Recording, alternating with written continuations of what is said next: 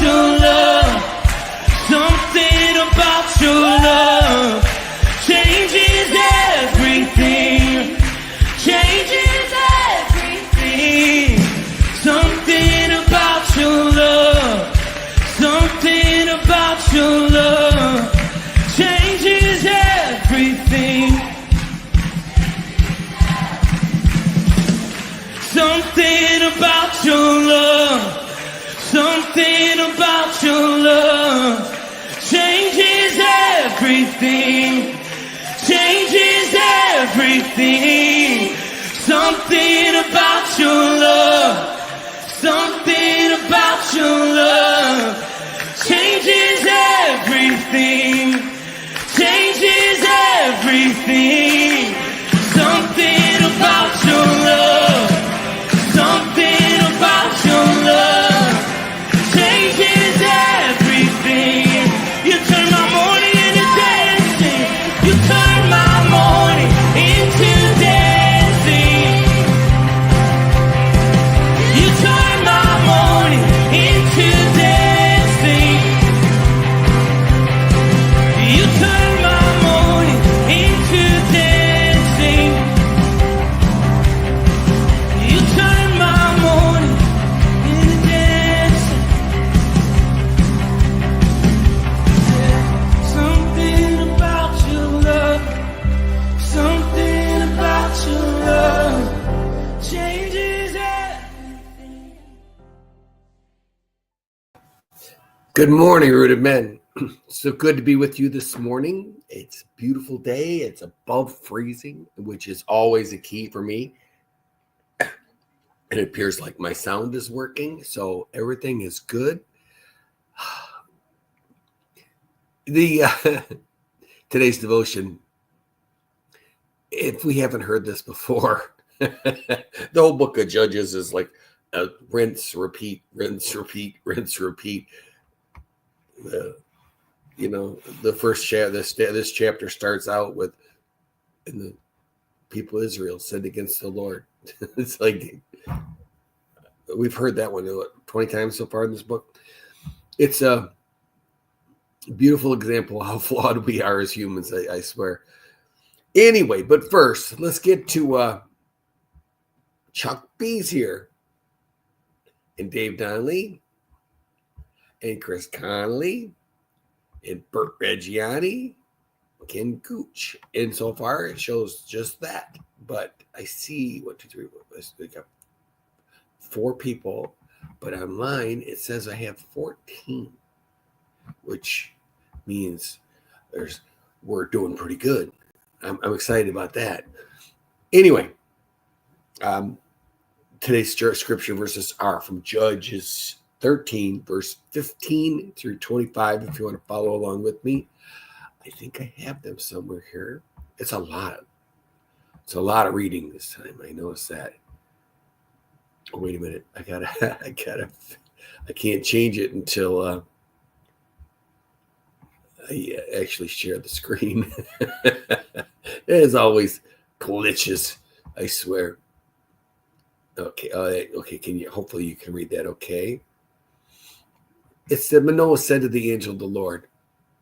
Now, remember, Manoah is going to be Samson's father, and his wife is visited by the angel of the Lord, and Manoah wanted to hear it from himself, so he asked her, he prayed to the Lord that he would come back and let him answer some questions.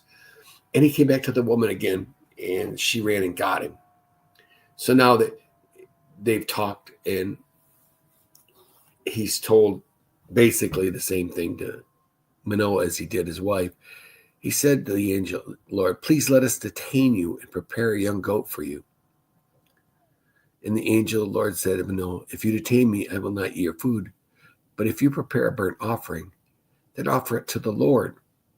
For Manoah did not know he was an angel of the Lord. Now, if anybody's been along with it, as you guys have all been along with these studies, this beginning of Gideon is very similar to this. Very similar. He's talking with a man, and the man is giving him information that he's going to have a son and all this stuff. Oh no, he's going to lead the army. No, I'm sorry, I'm mixed up. Yeah, so he's talking with Gideon, and he's telling Gideon, you're gonna lead the people out of this mess that they put themselves into. And he doesn't realize who it is when he's talking to him. And this is kind of similar, very similar actually. But it just it's an angel visiting, which is kind of cool. And then in verse 17, okay, it says, and Manoah said to the angel, Lord, what is your name? So that when your words come true, we may honor you. And the angel of the Lord said to him, why do you ask my name, seeing it is wonderful? And this struck me, okay, because we go back to Exodus when Manoah was at the burning bush and God is communicating with him. And no one wants to know by whose name he should tell the people these orders are coming from. And he said, I am who I am. I am who I am. And in this instance, the guy said, seeing it is wonderful. We wonder sometimes, was he talking to an angel or is he talking directly to God through it as an angel?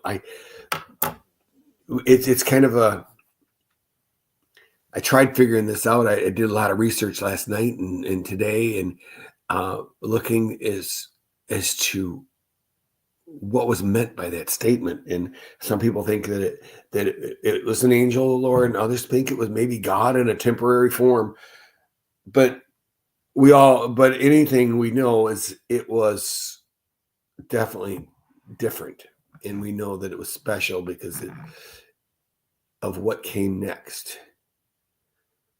So Manoah took the young goat with the grain offering and offered on the rock to the Lord, to the one who works wonders, and to Manoah. And Manoah and his wife were watching. Now, there's the key, I think, here is that it goes to the trouble of saying that Manoah and his wife were watching. In Israeli culture, you needed two witnesses for a testimony, but a woman wasn't necessarily allowed to witness. So I was just wondering if there's a reason for the author to write it that way. We just musings, I guess, is we saw two people witnessed what was about to happen. And when the flame went up toward heaven from the altar, and the angel of the Lord went up in the flame of the altar. So the flame took the burnt offering and it went up toward heaven, and the angel went with it. And Manoah and his wife were watching, and they fell on their faces to the ground. There was no doubt they saw it. There was no doubt that something different happened here, something special. The angel of the Lord appeared no more to Manoah and his wife. And then Manoah knew that he was an angel of the Lord. And Manoah said to his wife, we shall surely die, for we have seen God. Okay, we'll go back to Gideon again with this one, because Gideon had the same thought. He had talked to this man, and the man had given him great revelation and told him stuff, and he thought he'd seen God. And in Old Testament rules, to see the face of God meant death. But his wife said to him, if the Lord had meant to kill us, he would not have accepted the burnt offering and the grain offering in our hands, or shown us all these things, or announced to us such things as these. And she's very, very logical here. This makes sense. Why would God show himself to you, give you all this information, then kill you? Logically, she's correct. I mean, it's without doubt. And then the woman bore a son and called his name Samson. And the young man grew, and the Lord blessed him. And the Spirit of the Lord began to stir in him. And Manahande, Dan, between Zorah and Eshtal. Yeah, that's a mouthful. All right. That's the scripture for today. So what is it trying to tell us? What are we following from this? Obviously, the angel of the Lord. This is the angel Lord. The message is from God. There's no doubt, right? I mean, very few people can make fire go to heaven and go with it. But the wife brought reason to the thing, and she brought Manoah down to earth a little bit and helped him comprehend what was going on. But what do we do when God sends us an angel? Have we ever seen an angel? Would we even recognize it when it happens? Will we open to its word? The key is we'll be ready to leave everything behind. When Jesus came up on Simon on the shore, he dropped his nets and followed him. No questions. He left everything behind.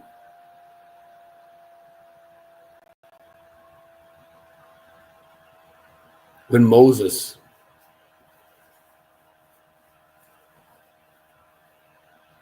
left his family behind and went to face off with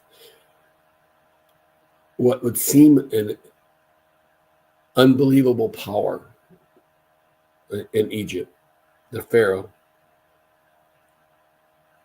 he left everything behind. I mean, he basically, most of us would have said it was a suicide mission.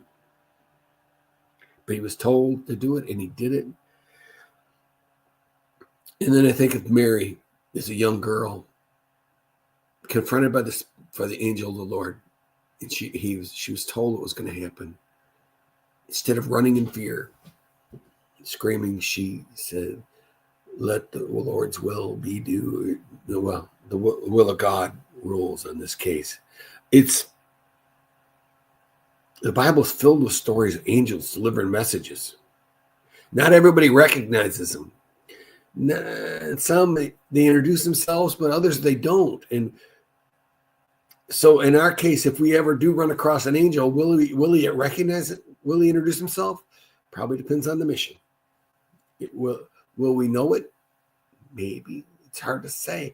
The thing is, we got to be open to it. Our eyes have to be open. And I think we can give Manoah's family credit. They knew something special was happening. They offered him a meal. They offered him a comfortable situation where he can communicate. It was, to me, the through Scripture, you look at all the interactions with angels, and you see, "Do not be afraid, for I am bringing you glad tidings of good news." There's so many times in Scripture that the angels come and people are terrified. Oh, what is this here? Oh, Tom says it was a theophany, God investing himself in human form. So we called it an angel of the Lord, but technically it was God, which would make sense that he introduced himself as wonderful. There's something wonderful. That's what I have for you today, boys. I hope it was good. I love this book of Judges. It's got so much drama in there. It's crazy. And from what I've read so far, it gets better with good old Samson. He's going to do some crazy stuff. So stay tuned over the next week or so. I see Brian Vlaming came on as well. Good morning, Brian. Guys, I love this, and I will see you Friday. I hope you have a firmly rooted day. And may someone see Jesus in you today. And I'm slow with the buttons again. Peace.